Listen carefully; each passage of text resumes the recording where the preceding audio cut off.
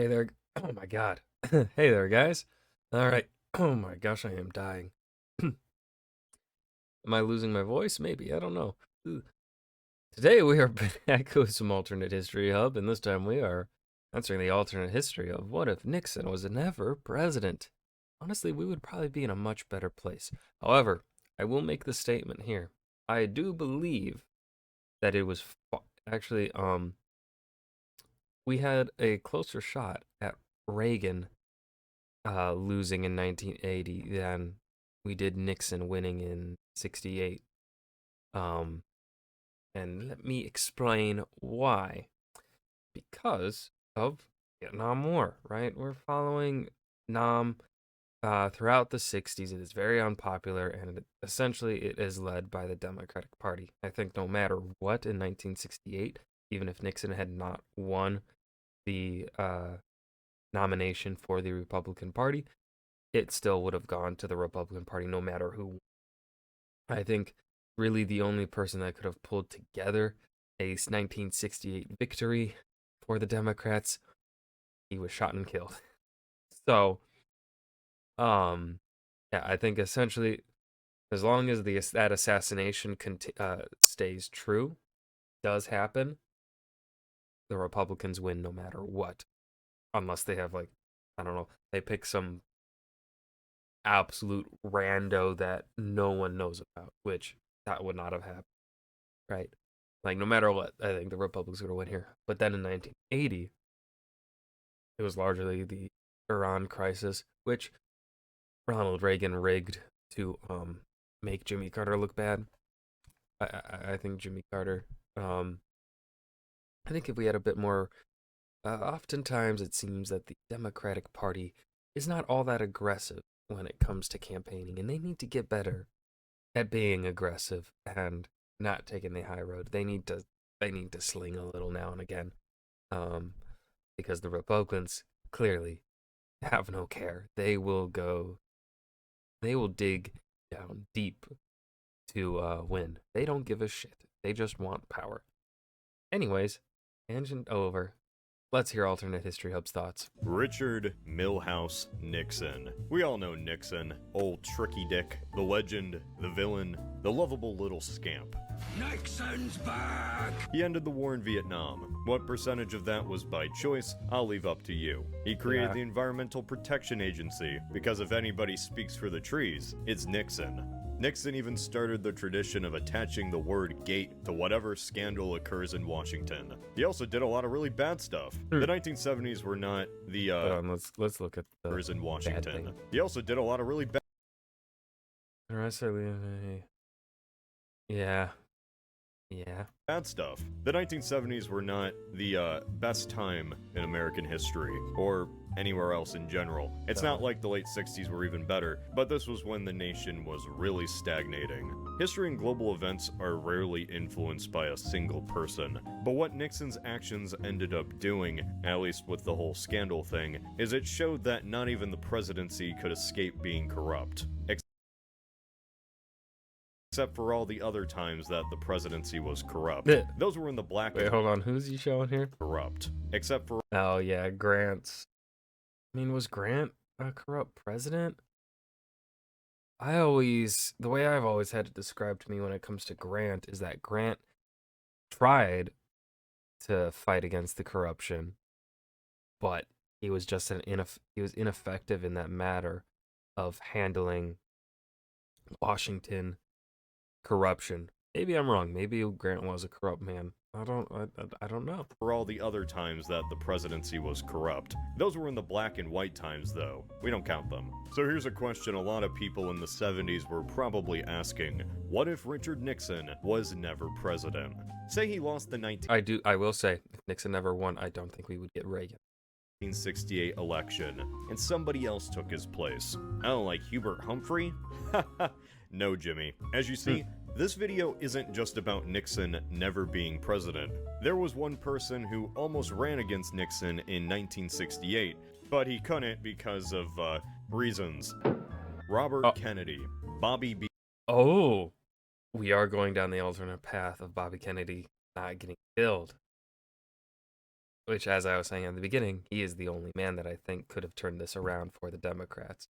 The younger brother of JFK, who met the same exact fate. Well, not the same exact, but you know what I mean. So I apologize that the video title is a little bit of a lie, because this scenario is really asking the question, what if Nixon was never president because Bobby Kennedy was never shot? This is the path I wanted the video to go down, if I'm being honest. Oh, what if on Bobby Kennedy? Yeah. The election of That's so much more 1968 was something. We had Vietnam, civil rights, assassinations, riots, things were getting spicy, and things were at a crossroads. The results of 68 were actually incredibly close. Nixon just barely squeaked by with a victory against Hubert Humphrey. Humphrey was LBJ's vice president, and his policy seemed like it was going to be just a continuation of those policies. Continuing the Vietnam War, continuing the war on poverty, that sort of stuff. And then there was George Wallace, running for a third party. His platform was basically just, hey, isn't segregation great? No. And then he won 13% of the popular vote. But this was not the election that many were anticipating. Despite Humphrey being the incumbent vice president, he was the second choice for the candidacy, as JFK's brother Bobby Kennedy was expected to originally win the nomination. Bobby, despite being from the richest, whitest liberal family imaginable, was popular particularly with minority voters. As Attorney General, he had been involved in a lot of fights over segregation, especially when deploying federal troops down to the South. By 1968, he had become a much different man than the one who wanted to attack the Cubans during the first 8 days of the Cuban Missile Crisis. Despite fighting against segregation and being an advocate for civil rights, Bobby Kennedy was killed by neither of those things. He was shot in a hotel kitchen by a Palestinian because he said he wanted to send phantom jets to Israel. Life is funny that way. Alright, so a little tangent time. I know there's a lot of ideas around who really caused all those Kennedys to drop like flies, but when it comes to Bobby, I'm not here to tell you who really killed him. Some eyewitnesses report that there were way more gunshots than a small .22 pistol was capable of firing. Apparently the bullet holes also don't really line up, so this gives a little bit of credit to there being a second shooter. That said, I also think Sirhan wanted to truly kill Bobby Kennedy. He says today that he doesn't even remember shooting Kennedy in the first place, but he's also said a lot of things. Like there's an interview in the 80s where he said he regrets the action, and then he goes on a 5-minute speech about how Israel is killing Palestinians. From an American perspective, this just seems completely out of nowhere. This isn't a part of our narrative, but to Sirhan, he felt betrayed. Keep in mind that Bobby Kennedy was very popular with minority communities, and Sirhan says that he felt it was very hypocritical that Bobby would defend the black civil rights movement while also giving weapons to the Israelis. So Bobby B was killed because he was a neoliberal. Oops, but what if he wasn't killed? Maybe Sirhan comedically slipped on a pot in the kitchen and missed his shot. I don't know. What would this alternate 1968 election look like if it was between Robert Kennedy and Richard Nixon? Would Kennedy just sweep the election because he was so young and Nixon was crusty and mean? Well, no. While Kennedy was far more popular with minority groups and young people than Humphrey was, that would be something that in 60s America would actually hurt him. In fact, it might alienate him from a portion of white voters that otherwise voted for Humphrey. For all you Zoomers, compare it to Bernie versus Biden. How much this would be, nobody can say, but I would not be shocked if the main opposition against Kennedy in the 68 election is that he's a bit too close, something that is vocally spouted by George Wallace while subtly hinted at by the Nixon campaign. Now, could Kennedy have won? Probably-ish. For the sake of the scenario, he sure does, but realistically, this is an entirely different 1968 election, which probably gets far nastier in regards to race relations. But let's just say Kennedy wins. What's this new presidency look like? Alright, So there's always an issue when it comes to imagining presidencies that never happened. And it's that campaign promises rarely play out. Typically, a politician will play more into their base during the election and then be more centrist in office. As an example, imagine if Obama was just never president. Every alternate history theory today would imagine that he would have changed everything, gotten America out of the Middle East by 2010, close Guantanamo, fixed income inequality, or at least he would have done more stuff than he actually did. And I bring Obama up because Bobby Kennedy was kinda seen in a similar light. Hope, change, all that stuff. Now, the problem with him being killed so early in his campaign is that he never really solidified a lot of his policies. Most of it's just kind of general stuff. A lot of the stuff was just a tad farther to the left than the current Johnson administration. And the main thing they really differed on was just Vietnam. Keep in mind, Johnson was in his own way still attempting to solve the poverty issue, and he signed off on a bunch of civil rights bills that may or may not have been effective. When doing research for this video, and at least seeing old interviews of Bobby Kennedy on YouTube, the comments are always about if he had lived, the US would have been so much different. There's never really any concrete reasons given why it would be different. It's not like Bobby had the answer to it all. Usually people just mean he would have changed the energy of the United States, and Nixon was bad energy because of Watergate. A lot of his fans are those older hippy-dippy types, you know the ones. Had Bobby won the presidency, Honestly, that's a good image to use. for real, he would have had a Democrat-controlled Congress that was on his side, one that Nixon wasn't so lucky to have. So in regards to domestic policy, he could have continued on those poverty programs of LBJ. So what would have Bobby even done?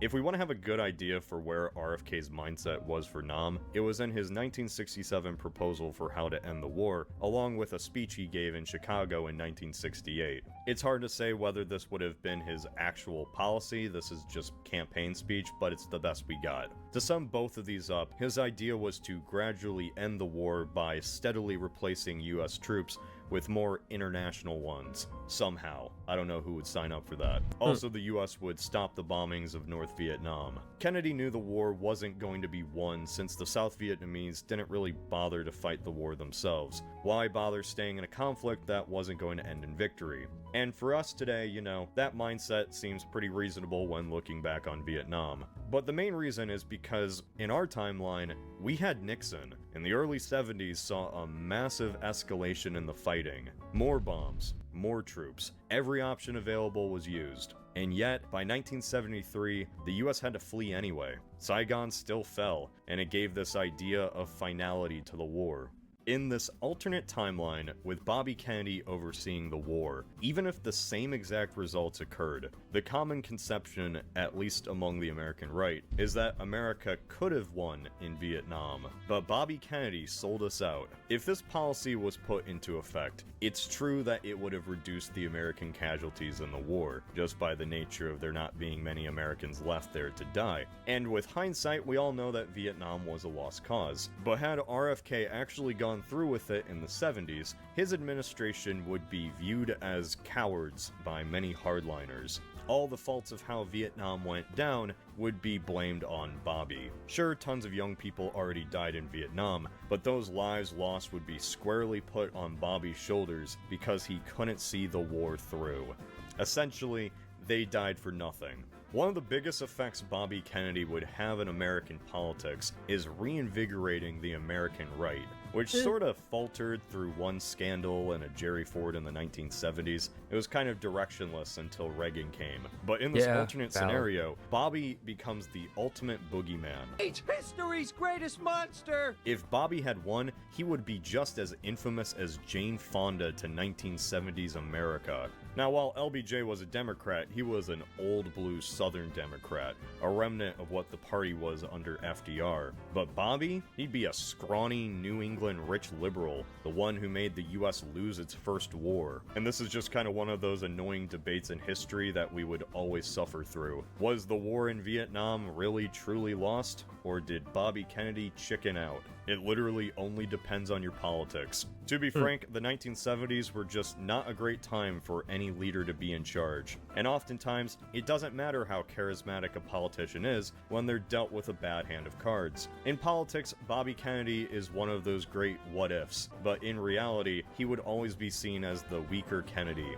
JFK is kind of viewed so fondly because he died before things got bad. Yeah. He's seen as the president of the before times, before Vietnam, before the riots. But Bobby would be president smack dab in the middle of all of those. And it wouldn't be unfair to compare him to JFK. Bobby would do it probably all the time, always evoking his brother's legacy in everything, especially once astronauts land on the moon, and Bobby is there to talk with Neil Armstrong instead of Nixon. He would probably say how his brother's dream was finally realized. So the question is, could Bobby Kennedy have won a second term? This was the election map of 1972. Yep, all of that, all for Nixon. The economy was good, so he was good. If the economy was just as good under Bobby, perhaps he would have a chance. One victory Kennedy would have is healthcare reform. Now, there had been calls throughout the early 70s for universal healthcare. Now, Nixon did still expand healthcare at the time, but his policies weren't as well universal as calls on the Democrat side were. It's very possible, had Bobby been in power, there would be this far earlier adoption of universal healthcare in the United States. What the ramifications of this would be, or how this universal healthcare system would be specifically run, I'll leave up to your imagination. Keep in mind, the specifics of the system would only be ironed out by alternate debates in committees under an entirely different administration and political climate. That's a long, elaborate way of saying, who knows? Alright, so Nixon worked for America because he was seen as the law and order president after the uneasiness of the 60s. Bobby, for some, was seen as a breath of fresh air, but for many, he would be seen as someone who rocks the boat way too much. If Bobby Kennedy was a one-term president, his legacy would not be great. Closer to Jimmy Carter than Jack Kennedy. Yet if he continued on and won that second term, he would still not really be liked that much. There were just so many factors against the US in the 70s, and that anger and disappointment was reflected in 3 presidents who are today not really that highly regarded. In this alternate timeline, for at least 6 years of the 70s decade, Bobby Kennedy would be the face of it all, the one who promised a lot and didn't get results. So there you go. That's the Bobby Kennedy presidency. Bobby wouldn't have really dramatically changed that much. Unless they did the universal healthcare thing, that probably would have been big. But in terms of the big ramifications, it really is just simply because Nixon's not president. As much as Nixon's legacy has really just been Watergate, and really nothing else to your average American who probably couldn't locate Germany on a map, he actually did a lot of things as president, pushed through policy that went into effect. Remember when presidents did that? Me neither. If you know much about Nixon, I'm not gonna give you a full recap, but for those that don't know, here's a few things he did. 1. He made the EPA. That's probably the most commonly known fun fact because it's just funny imagining Nixon signing off on that hippie stuff. 2. He worked to get us out of Vietnam by expanding it. 3. He met with China. 4. He removed the gold standard. 5. He started the war on drugs. And finally 6. He resigned. Yeah, Watergate, I know. Pretty busy for a president that didn't have 2 full terms. While presidents can make policy that otherwise wouldn't have happened without them, general trends in the course of history can sometimes do more whether they were in the driver's seat or not. So, as an example, without Nixon, some environmental agency was going to be made regardless of whether he was there or not. If you lived in the late 60s, you could not escape pollution. A river even caught on fire. No matter what, the federal government was going to get through something to clean up the environment, Bobby Kennedy's seal of approval or not. Without Nixon, we would still get out of Vietnam, but we wouldn't have expanded it to the level that we did. Most particularly, Cambodia. When Nixon was first elected, he said he had a secret plan to get us out of the war, and it turned out that secret plan was crossing borders and bombing the shit out of the Cambodians. The official reason was to take out the Ho Chi Minh Trail and fight the Khmer Rouge. if you want to be kind of cheeky, you can also say that the bombings in the first place led to the Khmer Rouge overthrowing the Cambodian government and just so happened to lead to the Cambodian genocide, but I'm not gonna open that can of worms. That'd be a different video. Nixon Environmental Agency. That still happens. Let's go back to that. Regardless of Nixon or not, we most likely also would have removed the gold standard within at least a decade or two. I know a lot of people are very angry that he did this, but it was going to happen anyway. Don't debate me on this. The main two decisions that were 100% because of Nixon and Nixon alone was the idea to go to China and starting the war on drugs. Nixon going to China was massive and probably was the most influential decision of his entire presidency. Before that visit, China was disconnected from the US since the end of their own civil war. But Nixon knew that it would be important to reconnect and rebuild that relationship, and we all know how that turned out. So, without Nixon, would Bobby Kennedy have just done the same? You see, if Bobby Kennedy was president, he probably wouldn't have met with China. It would have been a terrible move from an optics standpoint. Nixon visiting the communist Chinese was shocking because he was such a conservative figure. He was one of the most staunch anti-communists, now reaching across the aisle. The fact that he was the one to extend his hand meant the move was more accepted by hardliners. Had Bobby Kennedy done the same, especially after Vietnam, his administration wouldn't just be called cowardly, but traitors as well. Yeah. The only person who could have visited China and have it come across as a peaceful diplomatic meeting was ironically always going to be a staunch Republican. So in this alternate timeline, what does that mean? I'm saying Reagan. Reagan would visit China instead, because Reagan would probably always have been president, regardless if Bobby Kennedy was. That's funny how, alternate history and Hub and I are disagreeing here. I mean, we are changing the fact that Bobby Kennedy survives, so I think changing the Iranian hostage crisis is a little bit more probable. I think Carter could have done something around that and gotten them out. Or well, he did get them out. Their release is because of Carter. It's just Reagan postponed it, delayed it, so that it would happen on his first day president. And so that during the election crisis, they are still not home, which negatively impacts Carter, even though Carter was already securing a deal for release, because Carter cared about people. Unlike Reagan.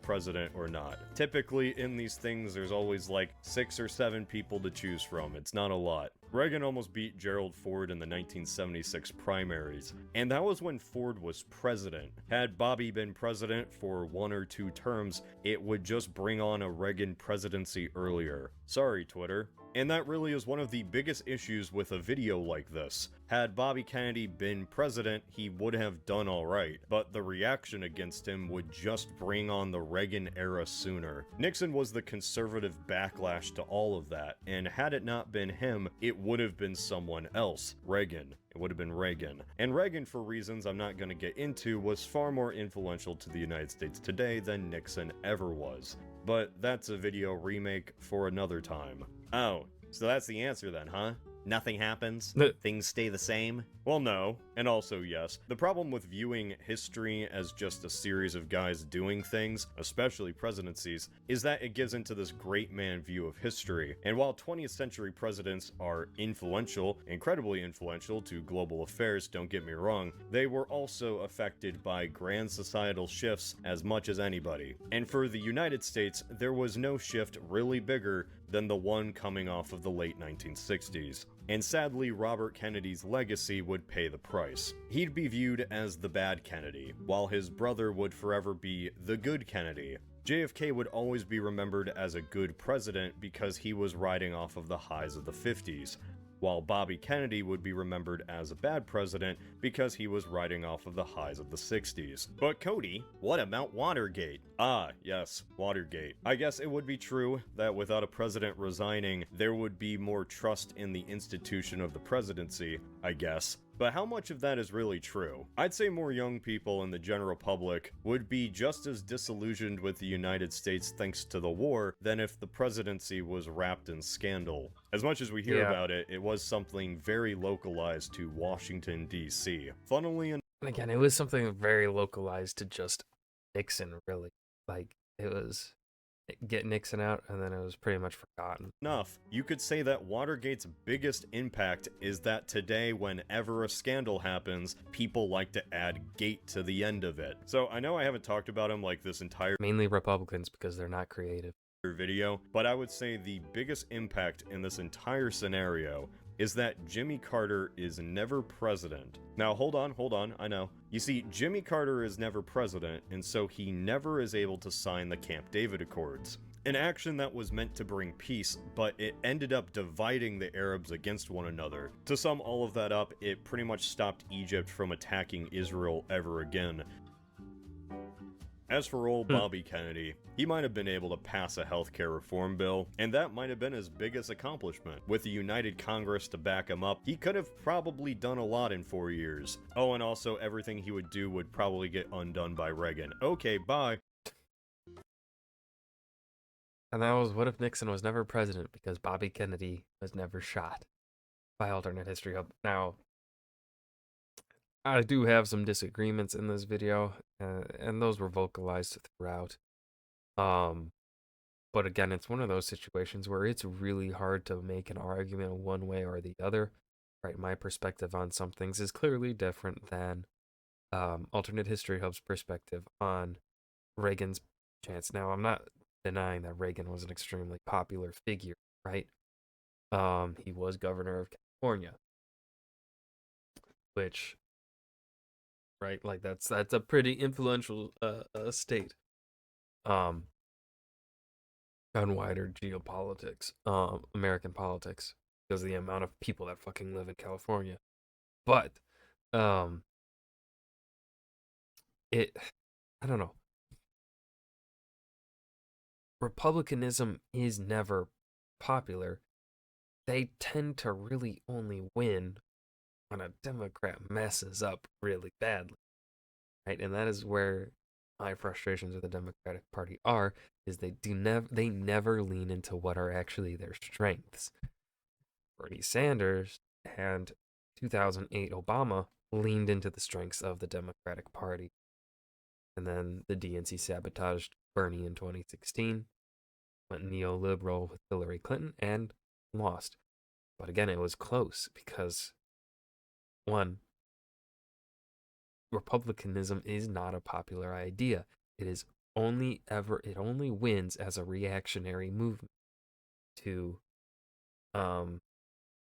either a bunch of people losing faith in the democratic institution, or a Democrat messes up badly or is extremely unpopular. Hillary Clinton was close because she was popular, but also so was Trump. Riding the highs of the Obama presidency, but then you also have a subsect of the American population who believe Obama was a bit too liberal, right? So then there's a little pushback there. Still, Hillary won the popular vote. Hillary should have won in 2016. But, anyways, this is a thing that could be debated back and forth for hours and hours on, but I'm right. I know I'm right. You don't have to tell me. So, hope you guys enjoyed this video. Oh, I am so sick. Remember to hit that like button and subscribe for more, and I will see you guys in the next video. Peace.